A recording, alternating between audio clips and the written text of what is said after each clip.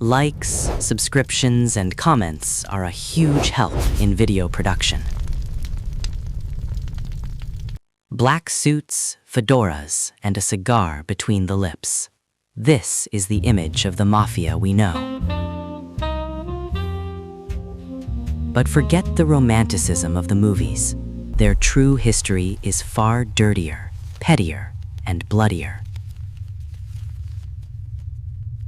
A massive criminal enterprise that murdered people, burned cities, and tried to swallow nations whole.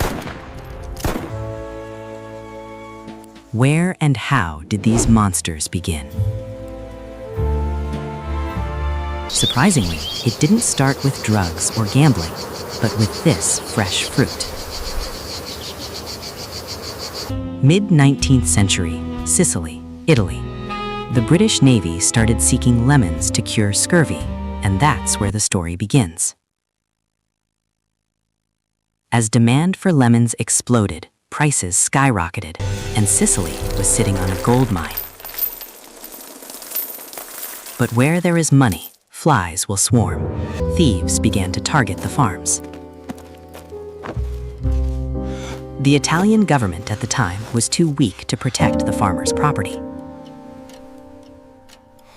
So the farm owners hired the local toughs, the strong arms of the village, as private security. We'll protect you.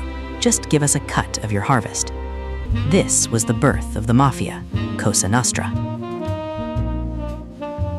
They started as security, but soon turned into gangsters. Won't pay? Then we'll chop down all your lemon trees. Under the guise of protection, the history of extortion, the protection racket, had begun. In the early 20th century, as the Italian economy struggled, countless Sicilians boarded ships dreaming of the American dream. Mixed in with them, the Sicilian thugs also made their way to New York.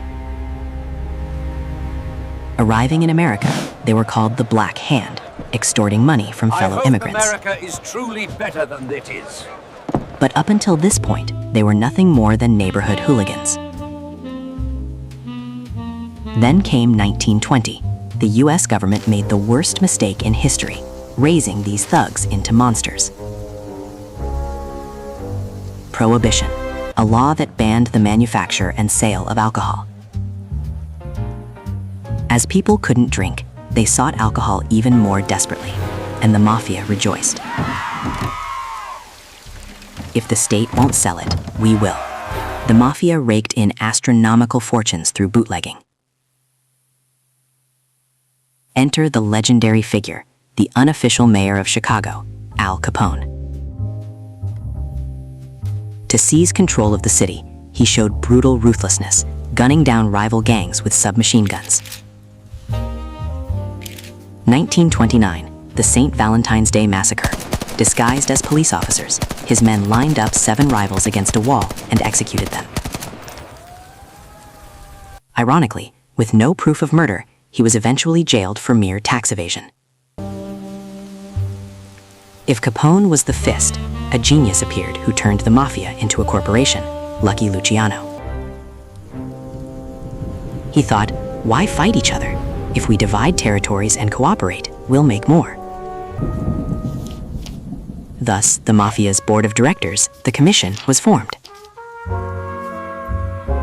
Murders and business expansions all required the Commission's approval. The Mafia had become a systematic crime corporation. They even provided the capital to build a gambling city in the middle of the desert, Las Vegas. But what gave them the power to sustain such a massive organization? It was silence. Omerta, the code of silence that forbids revealing the organization's secrets. Betrayers were hunted down to the ends of the earth. They made sure not even a body could be found. By the 1960s, the Mafia had infiltrated deep into US politics and entertainment. Stars like Frank Sinatra were rumored to be involved. There are even famous conspiracy theories linking the Mafia to the election and assassination of President John F. Kennedy. Their golden age seemed eternal, But in the 1980s, powerful enemies appeared.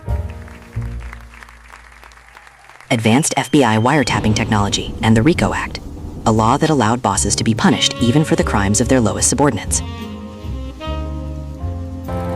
Sensing the crisis, the Mafia began to rampage, especially in their homeland of Italy. A war broke out. In 1992, to assassinate prosecutor Falcone, who led the anti-mafia crusade, they planted 500 kilograms of explosives under a highway and detonated it. This event backfired, sparking public outrage. The Mafia became public enemy number one and suffered near-fatal damage. So is the Mafia gone today? Absolutely not. They now carry calculators instead of guns and wear ties instead of fedoras. Construction, waste management, online gambling sites, they have transformed into businessmen disguised as legal entities. The appearance has changed, but the nature remains the same. They still stop at nothing for money. The history of the Mafia, it might just be the shadow of capitalism cast by human greed. Al Capone once said, "You can get much further with a kind word and a gun than you can with a kind word alone." Their story is more cinematic than the movies. In the next episode, we will also cover the most ruthless stories. From Sicilian lemon farmers to the Black Hand moving the world. The legacy they left behind is nothing but blood-stained money and broken silence. What we must remember is not their sharp suits, but the victims hidden behind them. A life that looks glamorous, but is filled with the anxiety of impending death. That is the true face of the Mafia. Their loyalty was lighter than a scrap of paper in the face of money. Countless whistleblowers prove that. From the 19th to the 21st century, a virus of crime that changes form but never disappears. When you think of the Mafia, what comes to mind first? Movies or the news? One thing is certain, the real Mafia are not heroes like the protagonists in films. They are merely predators, parasites digging into the weak points of society. A history that started with the scent of lemons and ended with the smell of gunpowder. It was an intriguing story, but one you'd never want to get close to. If you are curious about the deeper and darker world of crime, please subscribe and like. In the next video, we will also uncover the mystery that shocked the world. Thank you for watching. Darkness always exists where the light cannot reach.